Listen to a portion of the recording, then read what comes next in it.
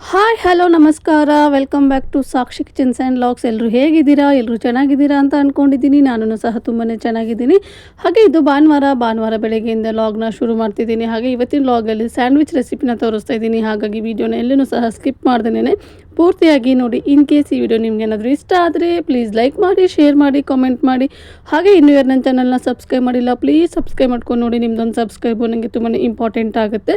ಇನ್ನು ಇಲ್ಲಿ ಭಾನುವಾರ ಬೆಳಗ್ಗೆ ಲಂಚಿಗೆ ಬ್ರೇಕ್ಫಾಸ್ಟಿಗೆ ಆಗೋ ಥರ ಚಪಾತಿ ಹಾಗೆ ಆಲೂ ಬಟಾಣಿ ಗ್ರೇವಿ ಮಾಡ್ಕೊಳ್ಳೋಣ ಅಂತ ಅಂದ್ಕೊಂಡಿದ್ದೆ. ಹಾಗಾಗಿ ಇಲ್ಲಿ ಫಸ್ಟಿಗೆ ಚಪಾತಿ ಹಿಟ್ಟನ್ನ ಕಲಸಿಟ್ಬಿಟ್ಟಿದ್ದೀನಿ. ಅದಾದ ನಂತರ ಇಲ್ಲಿ ಆಲೂಗಡ್ಡೆನೂ ಸಹ ಬೇಯೋದಕ್ಕೆ ಇಟ್ಬಿಟ್ಟಿದ್ದೆ. ಇನ್ನು ಇಲ್ಲಿ ಗ್ರೇವಿ ಮಾಡ್ಕೊಳ್ಳೋಣ ಅಂತ ಗ್ರೇವಿಗೂ ಸಹ ರೆಡಿ ಮಾಡ್ಕೊತಾ ಇದ್ದೀನಿ. ಹಾಗೆ ಈ ರೆಸಿಪಿನ ಆಲ್ರೆಡಿ ನಾನು ನನ್ನ ಚಾನಲಲ್ಲಿ ಹಾಕಿರೋದ್ರಿಂದ ಇವತ್ತು ಈ ರೆಸಿಪಿನ ನಾನು ಶೂಟ್ ಮಾಡೋದಕ್ಕೇನು ಹೋಗಲಿಲ್ಲ. ಹಾಗೆ ಮೊನ್ನೆ ಅಪ್ಲೋಡ್ ಮಾಡಿರೋಂತಹ ವೀಡಿಯೋದಲ್ಲಿ ಸಂಕ್ರಾಂತಿ ಹಬ್ಬದ ವೀಡಿಯೋ ಅಪ್ಲೋಡ್ ಮಾಡಿದ್ದೆ ನೋಡಿ ನಾನು. ಅದರಲ್ಲಿ 4 ಮಿನಿಟ್ಸ್ ವೀಡಿಯೋದಲ್ಲಿ ವೀಡಿಯೋ ಏನೋ ಕಾಣಿಸ್ತಾ ಇಲ್ಲ, ಬರೀ ವಾಯ್ಸ್ ಮಾತ್ರ ಬಂದಿದೆ. ಅದು ಯಾಕೆ ಆ ಥರ ಆಯಿತು ಅಂತ ಗೊತ್ತಿಲ್ಲ. ಇನ್ ಶಾರ್ಟಲ್ಲಿ ನಾನು ವೀಡಿಯೋನ ಎಡಿಟ್ ಅದೆಲ್ಲ ಮಾಡ್ಕೊಳ್ಳೋದು, ಅದೇನೋ ಗೊತ್ತಿಲ್ಲ ಕರೆಕ್ಟಾಗಿ ಬಂದಿದೆ ಅಂತ ಅಂದ್ಕೊಂಡೆ. ನಾನು ವಾಯ್ಸ್ ಓವರ್ ಕೊಡುವಾಗಲೆಲ್ಲ ಕರೆಕ್ಟಾಗಿ ಬರ್ತಾಯಿತ್ತು.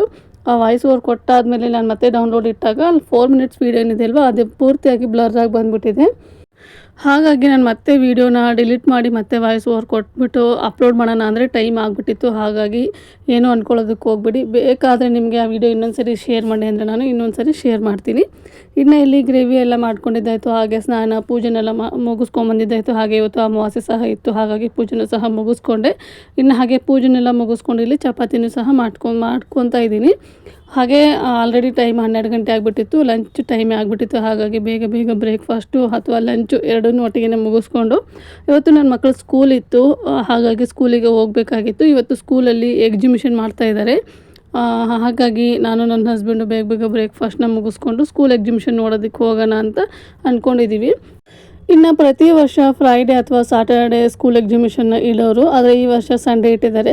ಅಂದರೆ ಸಂಡೇ ಆದರೆ ಎಲ್ಲರೂ ಮನೇಲಿ ಇರ್ತಾರೆ, ಆರಾಮಾಗಿ ಎಲ್ಲ ಪೇರೆಂಟ್ಸು ಬಂದು ನೋಡಿಕೊಂಡು ಹೋಗ್ತಾರೆ ಅನ್ನೋ ಕಾರಣಕ್ಕೆ ಈ ಸರಿ ಸಂಡೇ ಇಟ್ಟಿದ್ದರು. ಹಾಗಾಗಿ ನಮಗೂ ಸಹ ಅನುಕೂಲನೇ ಆಯಿತು. ಬೆಳಗಿನ ಬ್ರೇಕ್ಫಾಸ್ಟ್ ಎಲ್ಲ ಮುಗಿಸ್ಕೊಂಡು ಮಕ್ಕಳು ಮಾಡಿರೋಂತಹ ಪ್ರಾಜೆಕ್ಟ್ ಎಲ್ಲ ಏನಿರುತ್ತಲ್ವ ಅದನ್ನು ಒಂದು ಕಡೆಯಿಂದ ನೋಡ್ಕೊಂಬರೋದು ಒಂಥರ ಖುಷಿ ಅಲ್ವಾ. ಹಾಗಾಗಿ ನಾನು ಸಹ ಇಲ್ಲಿ ಬೇಗನೆ ಬ್ರೇಕ್ಫಾಸ್ಟ್ನ ಮುಗಿಸ್ಕೊಂಡು ನನ್ನ ಹಸ್ಬೆಂಡು ನಾನು ಇಬ್ಬರೂ ಇಲ್ಲಿ ಹೋಗ್ತಾಯಿದ್ದೀವಿ. ಇನ್ನು ಇಲ್ಲಿ ಚಪಾತಿ ಸಹ ಮಾಡಿದ್ದಾಯಿತು. ಹಾಗೆ ಬ್ರೇಕ್ಫಾಸ್ಟ್ನು ಸಹ ಇಲ್ಲಿ ಮುಗಿಸ್ಕೊತಾ ಇದ್ದೀನಿ. ಇನ್ನು ಬ್ರೇಕ್ಫಾಸ್ಟ್ ಮುಗಿಸೋಳು ಅಷ್ಟರಲ್ಲಿ ಟೈಮು 12:30 ಆಗಿತ್ತು. ನಾನು ಸಹ ಇಲ್ಲಿ ರೆಡಿ ಆಗಿಬಿಟ್ಟು ನಾನು ನನ್ನ ಹಸ್ಬೆಂಡ್ ಇಬ್ಬರು ಹೋಗ್ತಾಯಿದ್ದೀವಿ. ಇನ್ನು ನಮ್ಮ ಮನೆಗೂ ಸ್ಕೂಲಿಗೂ ವಾಕೇಬಲ್ ಇದೆ, ಒಂದು 10 ನಿಮಿಷ ಬೇಕಾಗುತ್ತೆ ಅಷ್ಟೇ. ಹಾಗಾಗಿ ಇಲ್ಲಿ ನಾನು ನನ್ನ ಹಸ್ಬೆಂಡು ಹೋಗ್ತಾಯಿದ್ವಿ. ಒಂದು 10 ನಿಮಿಷ ಆದ ತಕ್ಷಣವೇ ಸ್ಕೂಲ್ಗೂ ಸಹ ಎಂಟ್ರಿ ಆದ್ವಿ. ಇನ್ನು ಸ್ಕೂಲ್ಗೆ ಎಂಟ್ರಿ ಆದ ತಕ್ಷಣವೇ ಈ ಥರ ಒಂದು ಮೇನ್ ಡೋರಿಗೇನೆ ಗುಹೆ ಥರ ರೆಡಿ ಮಾಡಿದ್ದಾರೆ. ಪ್ರತಿ ವರ್ಷ ಈ ಥರ ಮಾಡ್ತಾ ಇರಲಿಲ್ಲ, ಈ ವರ್ಷ ಏನಾದರೂ ಕ್ರಿಯೇಟಿವ್ ಆಗಿ ಮಾಡೋಣ ಅಂತ ಹೇಳ್ಬಿಟ್ಟು ಈ ಥರ ಮಾಡಿದ್ದಾರೆ. ತುಂಬಾ ಚೆನ್ನಾಗಿತ್ತು ಒಳಗಡೆ ಗುಹೆ ಮಾತ್ರ. ಏನೋ ಒಂಥರ ಖುಷಿ ಅನ್ನಿಸ್ತಾ ಇತ್ತು, ಎಲ್ಲೋ ಬೇರೆ ಪ್ಲೇಸಿಗೆ ಹೋಗಿದ್ದೀವಿ ಅನ್ನೋ ಥರ. ಆಮೇಲೆ ಇದೆಲ್ಲ ಮಕ್ಕಳೇ ಮಾಡಿರೋದು, ತುಂಬ ಚೆನ್ನಾಗಿ ಮಾಡಿದ್ದಾರೆ ಅಲ್ವಾ. ಮಕ್ಕಳು ಪೇಪರಿಂದ ನೋಡೋದಕ್ಕೆ 2 ಕಣ್ಣು ಸಾಲದು ಆ ಥರ ಮಾಡಿದರು. ಹಾಗೆ ಚಾಮುಂಡೇಶ್ವರಿ ಇದು ಫೋಟೋನ ಇಟ್ಬಿಟ್ಟು ಒಂಥರ ದೇವಸ್ಥಾನ ಥರ ಮಾಡಿದರು. ಹಾಗೆ ಕೃಷ್ಣಂದು ಸಹ ವಿಗ್ರಹನ ಇಟ್ಬಿಟ್ಟು ಅಲ್ಲೂ ಸಹ ನೀಟಾಗಿ ದೇವಸ್ಥಾನದ ಥರ ಮಾಡಿದರು. ಈ ಥರ ಎಲ್ಲ ನಾವು ಇಸ್ಕಾನಲ್ಲೆಲ್ಲ ನೋಡಿರ್ತೀವಿ, ಈ ಥರ ಕೃಷ್ಣಂದೆಲ್ಲ ಇದನ್ನು ಮಾಡಿಬಿಟ್ಟು. ಆದರೆ ಇಲ್ಲಿ ಮಕ್ಕಳು ಸ್ಕೂಲಲ್ಲಿ ರೆಡಿ ಮಾಡಿ ಕೂರಿಸಿದ್ರಿಂದ ನೋಡೋದಕ್ಕೆ 2 ಕಣ್ಣೇ ಸಾಲದು ಅಂತ ಹೇಳ್ಬೋದು. ನೋಡ್ತಾ ಇರ್ಬೋದು ನೀವು ಇಲ್ಲಿ ಎಷ್ಟು ಚೆನ್ನಾಗಿ ಕಾಣ್ತಾ ಇದ್ದಾರೆ ನೋಡಿ, ಬಾಲಕೃಷ್ಣ ಅಲ್ವಾ. ಇನ್ನು ಹಾಗೆ ಇದೆಲ್ಲ ಮುಗಿಸ್ಕೊಂಡು ಮುಂದೆ ಬಂದರೆ ಸಾಲು ಮರದ ತಿಮ್ಮಕ್ಕ ಅವ್ರದ್ದು ಫೋಟೋನ ಇಟ್ಬಿಟ್ಟು ಅವರು ಗಿಡನ ಯಾವ ಥರ ಬೆಳೆಸ್ತಿದ್ರು ಅದನ್ನೆಲ್ಲ ಇಲ್ಲಿ ನೀಟಾಗಿ ಎಕ್ಸ್ಪ್ಲೇನ್ ಮಾಡಿಬಿಟ್ಟು ಸ್ಟಿಕ್ಕರ್ಸ್ನೆಲ್ಲ ಅಂಟಿಸಿದ್ದಾರೆ. ನೋಡೋದಕ್ಕೂ ಸಹ 2 ಕಣ್ಣು ಸಾಲದು. ಈ ಥರ ಎಲ್ಲ ಮಕ್ಕಳಿಗೆ ಈ ಥರ ಎಲ್ಲ ನಾವು ಹೇಳ್ಕೊಡ್ಬೇಕು ಅಲ್ವಾ. ಹಾಗಾಗಿ ಸ್ಕೂಲಲ್ಲೆಲ್ಲ ಈ ಥರ ಮಕ್ಕಳಿಗೆ ಹೇಳಿಬಿಟ್ಟು ಮಾಡಿಸಿರೋದು. ಇನ್ನೂ ಮುಂದೆಗಡೆ ತುಂಬಾ ಇದೆ, ಅದನ್ನೆಲ್ಲ ನಾನು ಎಕ್ಸ್ಪ್ಲೇನ್ ಮಾಡೋದಕ್ಕಾಗೋದಿಲ್ಲ. ಹಾಗಾಗಿ ವಿಡಿಯೋದಲ್ಲಿ ಶೇರ್ ಮಾಡಿದ್ದೀನಿ, ನೋಡ್ಕೊಂಡು ಬನ್ನಿ.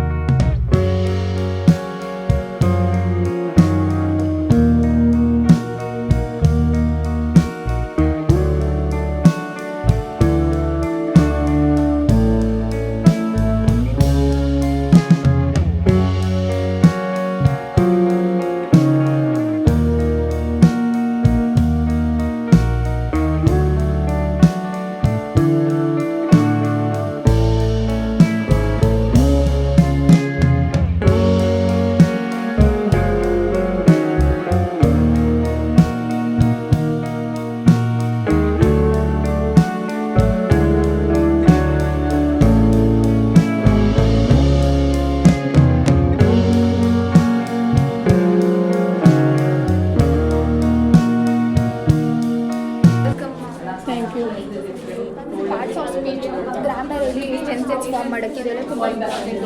Verbs, pronouns, interjection, adverb, conjunction, noun, adjectives ಮತ್ತು ಪ್ರಿಪೋಸಿಷನ್. ಇದನ್ನ ಒಂದೊಂದು ಮಾಡೆಲ್ ಆಗಿ ಮುಂದೆ ಎಕ್ಸ್ಪ್ಲೇನ್ ಮಾಡ್ತಾರೆ ನಿಮಗೆ. ಇದು ಹೋಮೋಫೋನ್ಸ್ ಅಂತ. ಇದು ಸ್ಪೆಲ್ಲಿಂಗ್ಸ್ ಡಿಫ್ರೆಂಟ್ ಆಗಿರುತ್ತೆ, ಬಟ್ ಪ್ರೊನೌನ್ಸಿಯೇಷನ್ ಸೇಮ್ ಇರುತ್ತೆ. ಇವಾಗ ಹೇರ್ ಮತ್ತು ಹೇರ್ಸ್ ಅಂದರೆ ಕೂಲ್, ಮತ್ತು ಇನ್ನೊಂದು ಹೇರ್ ಅಂದರೆ ರ್ಯಾಬಿಟ್ ಅಂತ. ಬಟ್ ಅವ್ರದ್ದು ಸ್ಪೆಲ್ಲಿಂಗ್ಸ್ ಡಿಫ್ರೆಂಟ್ ಆಗಿದೆ, ಆದರೆ ಪ್ರೊನೌನ್ಸಿಯೇಷನ್ ಸೇಮ್ ಇರುತ್ತೆ. ಹೇರ್ ಅಂದಾಗ ನಾವು ಕಂಡುಹಿಡಿಯೋಕ್ಕಾಗಲ್ಲ, ಸೆಂಟೆನ್ಸ್ ಬರಬೇಕು. ಇದು ನೌನ್ ಅಂದರೆ ಅದು ವ್ಯಕ್ತಿ, ಜಾಗ ಮತ್ತು ಸ್ಥಳನ ಡಿಸ್ಕ್ರೈಬ್ ಮಾಡುತ್ತೆ. ಹೌಸ್, ಟ್ರೀ, ಕೌಸು ಅಂತ, ಅದನ್ನ ನೌನ್ ಅಂತ ಹೇಳ್ತಾರೆ. ಆ್ಯಕ್ಷನ್ ವರ್ಬ್ಸ್ ಅಂದರೆ ಆ್ಯಕ್ಷನ್ ವರ್ಡ್ಸ್ ಅಂತ. ಅವ್ರು ಏನು ಮಾಡ್ತಾ ಇದ್ದಾರೆ ಅಂತ ಡಿಸ್ಕ್ರೈಬ್ ಮಾಡ್ತಿದ್ದಾರೆ. ಹೀ ಈಸ್ ಕ್ಲೈಂಬಿಂಗ್, ಅವ್ನು ಏನು ಮಾಡ್ತಿದ್ದಾನೆ, ಕ್ಲೈಂಬ್ ಮಾಡ್ತಿದ್ದಾನೆ. ಅದು ಈಸ್ ಕ್ಲೈಂಬಿಂಗ್ ಅನ್ನೋದು ವರ್ಬ್ ಅಂತ. ಆರ್ಟಿಕಲ್ಸ್ ಅಂದರೆ ನಾವು ಆ್ಯನ್ ಯೂಸ್ ಮಾಡ್ತೀವಿ. ಸೆಂಟೆನ್ಸ್ ಮುಂಚೆ ಆ್ಯನ್ ಅಂತ ಬರ್ತೀವಿ. ಅದು ಐ ಸೌಂಡ್, ಓವಲ್ ಸೌಂಡ್ ಬಂದಾಗ ಆ್ಯನ್ ಯೂಸ್ ಮಾಡ್ತೀವಿ. ಓವಲ್ ಸೌಂಡ್ ಇಲ್ಲದಿರೋದು ವರ್ಡ್ಸಿಗೆ ಎ ಅಂತ ಯೂಸ್ ಮಾಡ್ತೀವಿ. ಸ್ಪೆಸಿಫಿಕ್ ಆಗಿ ಥಿಂಗ್ಸ್ ಇದ್ದರೆ ಸನ್, ಮೂನ್ ಇದೆ, the star, the sun, the moon ಅಂತ ಬರುತ್ತೆ. ಆಮೇಲೆ ಇದಕ್ಕೆ ಇಂಟರ್ಜೆಕ್ಷನ್ ಅಂದರೆ ಆ ವರ್ಡ್ಸ್ನ ಎಕ್ಸ್ಕ್ಲಮೇಷನ್ ಮಾರ್ಕ್ ಜೊತೆ ಬರುತ್ತೆ. ಹೈ, ವಾವ್, ಯಮ್ ಅಂತ. Ma'am, welcome to our language bridge. This is our booklet series. This is Ramayana series and Bhagavad Gita series. In Ramayana, we can see that how Rama respects his parents, how he teaches good things to everyone. In Bhagavad Gita, we can see that how Krishna teaches for Arjuna only good things in his life and good thoughts in his mind. We can see that, and we are explored some text and stories here, and we are preparing for a board. So thank you, ma'am. This is the basic of English: interjection, adjective, conjunction, pronoun, the story of grasshopper and the ant, that is the types of sentences, preposition. Thank you. ನಾವಿಬ್ಬರು ಸೇರಿ ಬರೆಯೋದಂದರೆ ಝಾನ್ಸಿ ಲಕ್ಷ್ಮೀಬಾಯಿ ಕೋಟೆ. ಝಾನ್ಸಿ ರಾಣಿ ಅವಳು ದೇಶಕ್ಕಾಗಿ ಪ್ರಾಣ ತೆತ್ತವಳು ಮತ್ತು ದೇಶಭಕ್ತಿ. 1857ರಲ್ಲಿ ಝಾನ್ಸಿಯಲ್ಲಿ ಬ್ರಿಟಿಷರ ವಿರುದ್ಧ ದಂಗೆಯಲ್ಲಿ ಹೋರಾಟ ಮಾಡುವುದು ನಾವು ನಿಮಗೆ ಒಂದು ಸಣ್ಣ ಮಾಡಲಾಗಿ ತೋರಿಸುತ್ತೇವೆ.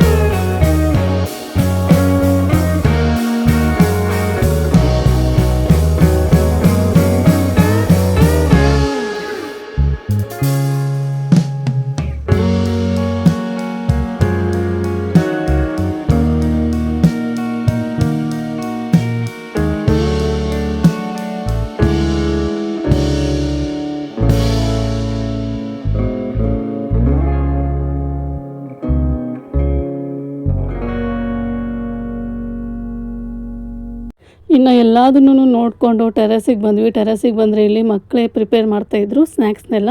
ಹಾಗಾಗಿ ಇಲ್ಲಿ ಏನು ತೊಗೊಂಡ್ರು ಸ್ನ್ಯಾಕ್ಸು 20 ರೂಪಿ ಅಂತ ಹೇಳ್ತಾಯಿದ್ರು.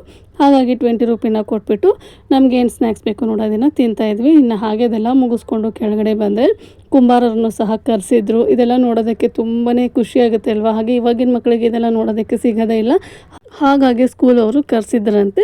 ಇನ್ನು ನಾವು ಸಹ ಎಕ್ಸಿಬಿಷನ್ ಎಲ್ಲ ನೋಡಿಕೊಂಡು ಮನೆಗೆ ಬರೋಷ್ಟರಲ್ಲಿ 3:30 ಆಗಿತ್ತು. ಇನ್ನು 3:30 ಆದ ನಂತರ ಏನಾದರೂ ಸ್ನ್ಯಾಕ್ಸ್ ಮಾಡೋಣ, ಒಂದು ಸ್ವಲ್ಪ ಹೊತ್ತು ರೆಸ್ಟ್ ಮಾಡಿಕೊಂಡು ಅಂತ ಅಂದ್ಕೊಂಡು ಇಲ್ಲಿ ಸ್ನ್ಯಾಕ್ಸಿಗೂ ಸಹ ನಾನು ರೆಡಿ ಮಾಡ್ತಾಯಿದ್ದೆ. ನಾನು ಒಂದು ಕಡೆ ಸ್ನ್ಯಾಕ್ಸ್ ರೆಡಿ ಮಾಡ್ತಾಯಿದ್ರೆ ಇಲ್ಲಿ ನನ್ನ ಮಕ್ಕಳು ಒಂದು ಕಡೆ ಗೇಮ್ನ ಆಟ ಆಡ್ತಾಯಿದ್ದಾರೆ.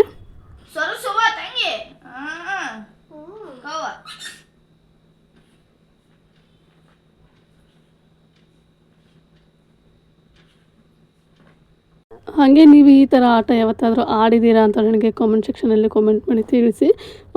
ಮಕ್ಕಳನ್ನ ಹೊರಗಡೆ ಬಿಡೋದು ಅಷ್ಟಾಗಿ ಸೇಫ್ ಅಲ್ಲ ನೋಡಿ. ಅದರಲ್ಲೂ ಸಂಜೆ ಟೈಮಲ್ಲಿ ಮಕ್ಕಳನ್ನ ಬಿಡಬೇಕು ಅಂದರೆ ಇವಾಗಂತೂ ತುಂಬಾ ಭಯ ಆಗುತ್ತೆ. ಹಾಗಾಗಿ ಅವ್ರು ಕೆಳಗಡೆ ಹೋಗ್ತೀನಿ ಅಂತ ಹೇಳಿದರು. ಬೇಡ, ಮನೆ ಒಳಗಡೆ ಏನಾದರೂ ಒಂದು ಆಟ ಆಡಿ ಅಂತ ಹೇಳಿದ್ದೆ. ಹಾಗಾಗಿ ಈ ಆಟನ ಆಡ್ತಾಯಿದ್ದಾರೆ. ನಾವು ಇದಕ್ಕೆ ಸರ್ಸಮನಿ ಅಂತ ಹೇಳ್ತೀವಿ. ನೀವೇನಂತ ಕರಿತೀರಾ ಅಥವಾ ಈ ಆಟ ಆಡಿದ್ದೀರಾ ಇಲ್ವಾ ಅನ್ನೋದನ್ನು ನನಗೆ ಕಾಮೆಂಟ್ ಸೆಕ್ಷನಲ್ಲಿ ಕಾಮೆಂಟ್ ಮಾಡಿ ತಿಳಿಸಿ. ಹಾಗೆ ಇನ್ನು ಇವರು ಇಲ್ಲಿ ಆಟ ಆಡ್ತಾಯಿದ್ರು. ಇವರಿಗೇನಾದರೂ ಸ್ನ್ಯಾಕ್ಸ್ ಮಾಡೋಣ ಅಂತ ಹೇಳಿ ಇವತ್ತು ಪನ್ನೀರ್ ಚಪಾತಿ ಸ್ಯಾಂಡ್ವಿಚ್ ಮಾಡೋಣ ಅಂತ ಅಂದ್ಕೊಂಡಿದ್ದೀನಿ. ಹೇಗಿದ್ರು ಬೆಳಗ್ಗೆ ಚಪಾತಿ ಮಾಡಿದ್ದೆ ನೋಡಿ, ಅದೇ ಚಪಾತಿನೇ ಇತ್ತು, ಅದರಿಂದನೇ ಮಾಡೋಣ ಅಂತ ಅಂದ್ಕೊಂಡಿದ್ದೀನಿ. ಹಾಗೆ ಅಡುಗೆನೂ ಸಹ ಇತ್ತಲ್ವ. ಮಕ್ಕಳಿಗೆ ಏನಾದರೂ ಸ್ನ್ಯಾಕ್ಸು ಕೇಳ್ತಾನೆ ಇರ್ತಾರೆ. ಅದಲ್ಲದೆ ನನ್ನ ಮಗಳು ಮೊನ್ನೆಯಿಂದ ಪನ್ನೀರನ್ನ ನೋಡಿಬಿಟ್ಟಿದ್ಲು. ಅಮ್ಮ ಪನ್ನೀರ್ ಮಾಡಿಕೊಡು ಅಂತ ಕೇಳ್ತಾಯಿದ್ಲು. ಹಾಗಾಗಿ ಇವತ್ತು ಅದನ್ನೇ ಮಾಡೋಣ ಅಂತ ಅಂದ್ಕೊಂಡಿದ್ದೀನಿ. ಇನ್ನು ಇಲ್ಲಿ ಅದಕ್ಕೆ ಏನೆಲ್ಲ ಇಂಗ್ರೀಡಿಯೆಂಟ್ಸ್ ಬೇಕು ನೋಡಿ ಅದನ್ನೆಲ್ಲ ಇಲ್ಲಿ ರೆಡಿ ಮಾಡಿ ಇಟ್ಕೊಂಡಿದ್ದೀನಿ. ಇನ್ನು ಯಾವ ಥರ ಮಾಡಿದ್ದೀನಿ ಅಂತ ನಿಮ್ಮ ಜೊತೆಗೆ ಶೇರ್ ಮಾಡ್ತಾಯಿದ್ದೀನಿ ನೋಡಿ. ಒಂದು ತಟ್ಟೆಗೆ 1 ಸ್ಪೂನ್ ಆಗುವಷ್ಟು ಅಚ್ಚ ಖಾರದ ಪುಡಿ, ಅರ್ಧ ಸ್ಪೂನ್ ಆಗುವಷ್ಟು ಗರಂ ಮಸಾಲ, ಅರ್ಧ ಸ್ಪೂನ್ ಆಗುವಷ್ಟು ಜೀರಿಗೆ ಪುಡಿ, ಅರ್ಧ ಸ್ಪೂನ್ ಆಗುವಷ್ಟು ಧನಿಯಾ ಪುಡಿ, ಹಾಗೆ 1/4 ಟೀ ಸ್ಪೂನ್ ಆಗುವಷ್ಟು ಅರಿಶಿನ, ಹಾಗೆ 1 ಸ್ಪೂನ್ ಆಗುವಷ್ಟು ಶುಂಠಿ ಬೆಳ್ಳುಳ್ಳಿ ಪೇಸ್ಟು, 1 ಸ್ಪೂನ್ ಆಗುವಷ್ಟು ಕಡಲೆ ಹಿಟ್ಟು, ರುಚಿಗೆ ತಕ್ಕಷ್ಟು ಉಪ್ಪನ್ನು ಸೇರಿಸ್ಕೊಂಡಿದ್ದೀನಿ. ಹಾಗೆ ಅದಕ್ಕೆ 1 ಸ್ಪೂನ್ ಆಗುವಷ್ಟು ಎಣ್ಣೆನೂ ಸಹ ಸೇರಿಸ್ಕೊಂಡು ನೀಟಾಗಿ ಇದನ್ನು ಮಿಕ್ಸ್ ಮಾಡ್ಕೊತಾ ಇದ್ದೀನಿ. ಹಾಗೆ ಇದನ್ನು ಕಲಿಸುವಾಗ ಒಂದು ಸ್ವಲ್ಪ ನೀರನ್ನ ಸೇರಿಸ್ಕೋಬೇಕಾಗತ್ತೆ. ಇದು ಒಂಥರ ಬ್ಯಾಟರ್ ಥರ ರೆಡಿ ಆಗಬೇಕು ನಮಗೆ. ಹಾಗಾಗಿ ನೀರು ಎಷ್ಟು ಬೇಕು ನೋಡಿ ಅಲ್ಲಿ ನೀರನ್ನ ಸೇರಿಸ್ಕೊತಾ ಇದ್ದೀನಿ. ನೀಟಾಗಿ ಇದನ್ನು ನೀರನ್ನ ಹಾಕ್ಕೊಂಡು ಮಿಕ್ಸ್ ಮಾಡ್ಕೋಬೇಕಾಗತ್ತೆ. ನೋಡ್ತಾ ಇರ್ಬೋದು ನೀವಿಲ್ಲಿ ನಾನಿಲ್ಲಿ ಯಾವ ಥರ ನೀರನ್ನ ಹಾಕ್ಕೊಂಡಿದ್ದೀನಿ, ನೀಟಾಗಿ ಮಿಕ್ಸ್ ಮಾಡ್ಕೊತಾ ಇದ್ದೀನಿ ಅಂತ ಹೇಳ್ಬಿಟ್ಟು. ಇದು ಇವಾಗ ಕೋಟಿಂಗು ರೆಡಿ ಆಯಿತು ನಮಗೆ. ನಾನಿಲ್ಲಿ ಒಂದು 3 ಸ್ಲೈಸು ಪನ್ನೀರನ್ನ ತೊಗೊಂಡಿದ್ದೀನಿ. ಅದಕ್ಕೆ ನೀಟಾಗಿ ಈ ಥರ ಕೋಟ್ನ ಮಾಡ್ಕೊತಾ ಇದ್ದೀನಿ.